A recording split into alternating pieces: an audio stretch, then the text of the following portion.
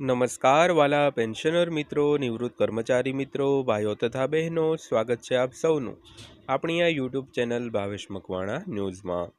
તો પેન્શનર મિત્રો, આજની તારીખ 15/3/2026।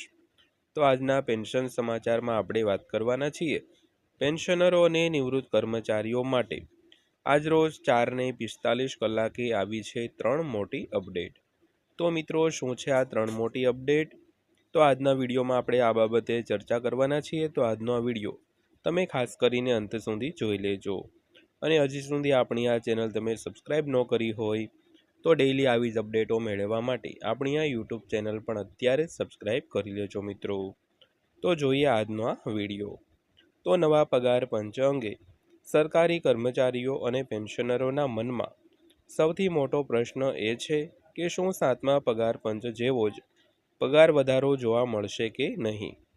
તો 8મા પગાર પંચની જાહેરાત પછી અપેક્ષાઓ વધી છે, પરંતુ મોંઘવારી ભથ્થું, ફિટમેન્ટ ફેક્ટર અને સરકારી નાણાકીય બાબતો જેવા પરિબળો અંતિમ વધારો છે તે નક્કી કરશે મિત્રો। વિગતવાર વાત કરીએ તો 8મા પગાર પંચે કર્મચારીઓને અનેક હિસ્સેદારો પાસેથી સૂચનો માંગ્યા છે। તો આ દરમિયાન કેન્દ્ર સરકારના કર્મચારીઓ વધુને વધુ ચર્ચા કરી રહ્યા છે કે શું આગામી પગાર સમીક્ષામાં 8મા પગાર પંચ હેઠળ પગાર વધારો 7મા પગાર પંચ હેઠળના પગાર વધારા કરતાં વધારે હશે। તો કર્મચારી સંગઠનો ઉચ્ચ ફિટમેન્ટ પરિબળની માંગ કરી રહ્યા છે। તો ત્યારે નિષ્ણાતો માને છે કે અંતિમ વધારો મોટે ભાગે મોંઘવારી ભથ્થાના સ્તર પર આધારિત રહેશે। તો નવા પગાર માળખાના અમલીકરણ સમયે ડીએની રકમ આ સમગ્ર પ્રક્રિયાનું સૌથી મહત્વપૂર્ણ પાસું માનવામાં આવે છે। તો ચાલો આ ચર્ચાને વિગતવાર સમજવાનો પ્રયાસ કરીએ મિત્રો। તો ત્યારબાદ વાત કરીએ તો ફિટમેન્ટ ફેક્ટર કેમ મહત્વનું છે। તો પગાર પંચ હેઠળ પગાર સમીક્ષા નક્કી કરવામાં ફિટમેન્ટ ફેક્ટર સૌથી મહત્વપૂર્ણ ભૂમિકા ભજવે છે। તો ફિટમેન્ટ ફેક્ટર એ એક પ્રકારનો ગુણક છે જે નવો પગાર નક્કી કરવા માટે હાલના મૂળભૂત પગાર પર લાગુ કરવામાં આવે છે। તો 7મા પગાર પંચમાં ફિટમેન્ટ ફેક્ટર 2.57 રાખવામાં આવ્યો હતો।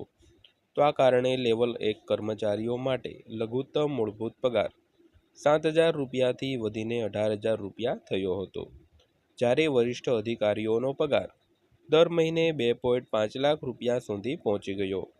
તો હવે 8મા પગાર પંચ અંગે સૌથી મોટો પ્રશ્ન એ છે કે નવું ફિટમેન્ટ ફેક્ટર શું હશે। ત્યારબાદ જોઈએ તો ગુણક નક્કી કરવામાં ડીએની ભૂમિકા શા માટે મહત્વપૂર્ણ છે। તો ફિટમેન્ટ ફેક્ટર નક્કી કરવામાં એક મુખ્ય પરિબળ એ છે કે નવા પગાર પંચની ભલામણો લાગુ કરવામાં આવે ત્યારે મોંઘવારી ભથ્થા કયા સ્તરે પહોંચ્યું છે। સામાન્ય રીતે નવા ગુણક લાગુ થાય તે પહેલાં સંચિત ડીએ મૂળ પગારમાં ઉમેરવામાં આવે છે। તો આ વધેલો મૂળ પગાર પછીથી નવા પગાર માળખાની ગણતરી માટેનો આધાર બને છે। ઉદાહરણ તરીકે, જો અમલીકરણ સમયે ડીએ લગભગ 60% હોય તો આ આંકડો ફિટમેન્ટ ફેક્ટર નક્કી કરવા માટે પ્રારંભિક બિંદુ તરીકે ગણવામાં આવે છે મિત્રો।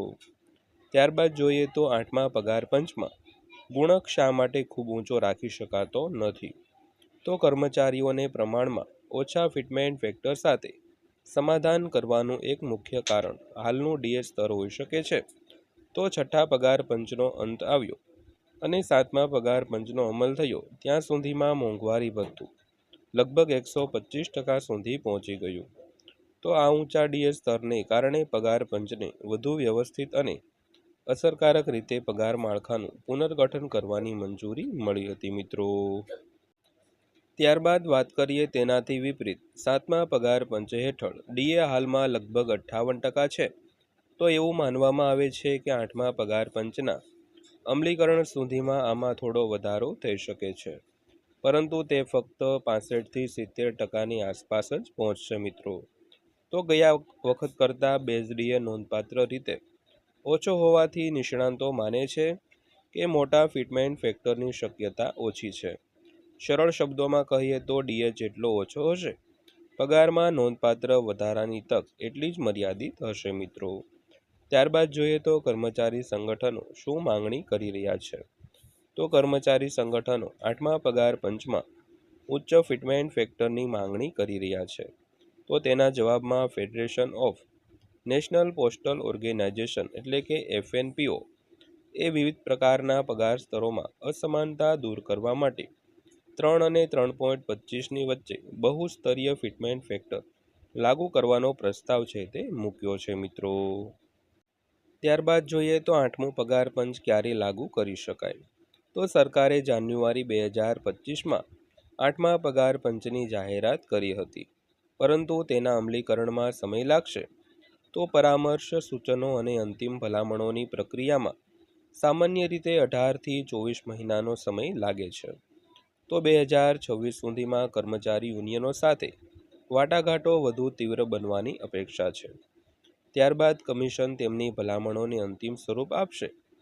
તો હાલમાં સરકારી કર્મચારીઓમાં અપેક્ષાઓ વધુ છે, તો ખાસ કરીને કારણ કે યુનિયનો 3.25 સુધીના ફિટમેન્ટ ફેક્ટરની માંગ કરી રહ્યા છે. જોકે અગાઉના પગાર પંચની સરખામણીમાં ડીએનું નીચું સ્તર એક મહત્વપૂર્ણ પડકાર ઊભો કરી શકે છે. તો જો આ પરિબળ ગણતરીઓમાં પ્રભુત્વ ધરાવે છે, તો 8મું પગાર પંચ નોંધપાત્ર પગાર વધારો લાવી શકે છે, પરંતુ તે હાલમાં ચર્ચા કરેલા સ્તર અને કર્મચારીઓની ઉચ્ચ અપેક્ષાઓ સુધી પહોંચશે નહીં મિત્રો. તો મિત્રો, આ હતી આજની માહિતી પસંદ આવી હોય, વિડીયો સારો લાગ્યો હોય તો વિડીયોને એક લાઇક કરજો અને આવી જ માહિતીઓ મેળવવા માટે આપણી આ ચેનલ સબસ્ક્રાઈબ કરી લેજો. તો ફરીવાર પાછા મળીશું એક નવા વિડીયો સાથે, નવી માહિતી સાથે. ત્યાં સુધી સૌને જય હિન્દ, વંદે માતરમ.